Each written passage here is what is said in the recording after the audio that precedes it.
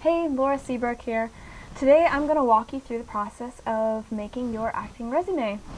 So grab yourself a paper or just open a Word document and let's get started. So first you're going to start in the center of the page, and this is really zoomed in here so it doesn't look like the center, but it is, I promise. You're going to start with your name. Then you're going to go to the upper left hand side of your resume, which is your Contact Me section. So that's where you're going to put your name, your phone number, and your email. And now when you're further along, you have an agency, you're going to put your agency's name and your agent's name and their phone number. But for now, this is just yours. Okay, now we're going to go over to the right hand side of your page, which is where we're going to put your description. So you're going to put your height and be specific. So if you're 6 foot, or if you're 5'9", don't put 6 foot, put 5'9". Then you're going to use this tab button, go over here again and put your weight.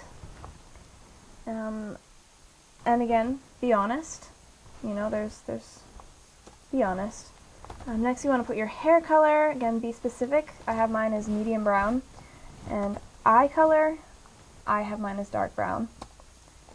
And after that, you're going to want, okay, I have all these in bold. You don't actually need those bolded. The next section you'll want bolded though, which is going to be your film section. Now, if you're just really new and you haven't done anything, you won't have this section yet, but don't worry, just follow along and you'll see what you do when you do get this. So for the film, you'll want to put the name of the film. Then you're going to tab to the middle, and that's where you're going to put the type of role you played. And then if you're like me and you like having your characters' names, you can actually put the character name after that.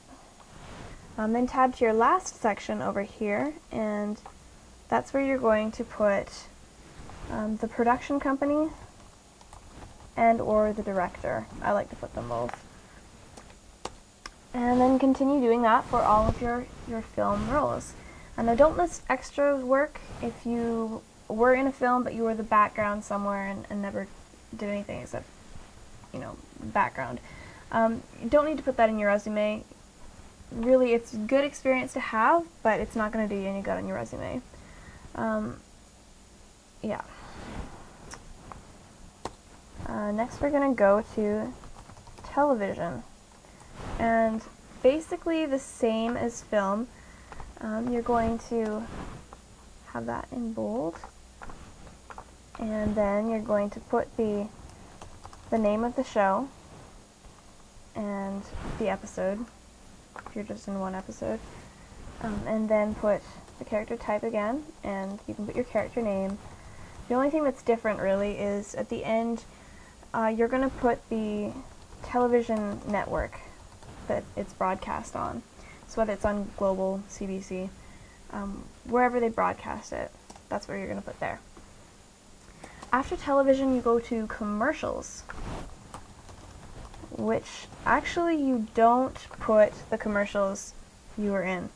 The reason being basically because it's competition. So for a crazy example, if you were in a Crest commercial and then you were being considered for a Colgate commercial, even if it's years later, they're still going to consider you as competition. So rather than putting the name of the commercials, just put down available on request and move on to the next. The next is theater. And theater, you're going to basically do the same way. Name of production. And then for theater, you can just put the character name. It's more common that way. I guess that's probably because theater productions are more well-known, same thing over and over again. And so you can get away with just putting your character's name if it's a well-known theater production. Although I still like to put type and character. I think it makes it simpler for people. And then you're going to want to put the theater that it was at. Now, if you have school plays, you probably want to get them off as soon as possible and just do professional work. But if you're young, you're just out of high school or still in high school, you can put your school plays down, but make them sound like theater. So if your school was a Memorial Composite High School, you could put Memorial Theater. And next, you're going to have training. Now this is the easiest part of your resume to build up, and you should absolutely focus on building this. And the more training you have, the more devoted people can see you are to this. So if you're studying full-time with someone or at some place, you should list that right up at the top. Just say currently training with this person at this acting school. And otherwise, you're just going to use the same 3 columns that we've been using for the rest of the resume. And you're going to you could put the name of the workshop you went to. It's usually better to actually put what you learned. So, type of training, scene study, improv, stuff like that. And I'm going to back this up because I'm running out of room here. After that, you're going to put the name of coach, and then you're going to put the city that you had it in. So, Vancouver, LA. And by no means do you need to work in a big city. Google workshops in your area. There are many other places, something I didn't know when I first got involved in acting. You don't have to just live in Hollywood to be an actor. There are many other places as well. So, yeah, find workshops in your area. Also, on your resume, we are going to have special skills. Now, this is something that you will absolutely have something on if you've done anything in your life. Whether you've whether you know how to ski, skydive, yoga, singing, put your vocal range there as well, and horseback riding, basically anything that can't be faked.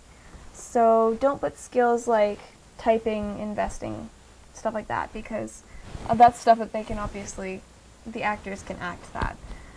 So anything that you can do that would normally take a stunt double, put it down, list on special skills. You can also put sports, any sports you do. Put languages if you are fluent or very close to being fluent. And accents. Accents are a good one. It's actually a really good idea to learn an accent or two to have on hand that you could just pull up and use in an audition. This basically shows them that you know how to work on an accent. So even if you don't have the one that they are looking for, they're going to assume that you're able to pick that up. Whereas if you don't have any accents listed, they don't even know if you have that skill. So also make sure whatever you put under your special skills you actually know how to do. So don't put horseback riding if you maybe once upon a time when you were a kid went to a riding camp and rode a pony. Reason being, you're going to find yourself on a film set expected to ride a horse, and it's going to be a safety issue if you think that the horses on film sets are the same as ponies in summer camps. Very different scenario. Either that, or they're actually going to test you as part of your audition, and they're going to find out that they're just wasting your time on you, that you don't know how to do what you say you know how to do, and you're not going to get auditions with that casting director again. Another final part to your resume, this is something that you can put if you really are new and you don't have experience in acting, is accomplishments / awards. And this can be school awards, sports awards, if you've been in any competitions, anything like that, you can put awards there. And then when your resume gets bigger and takes up more space, then you can just take that part out completely, or just use it solely for acting purposes.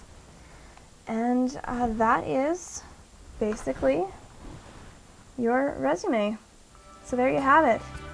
Just keep building on that, keep updating your resume every time you do something new.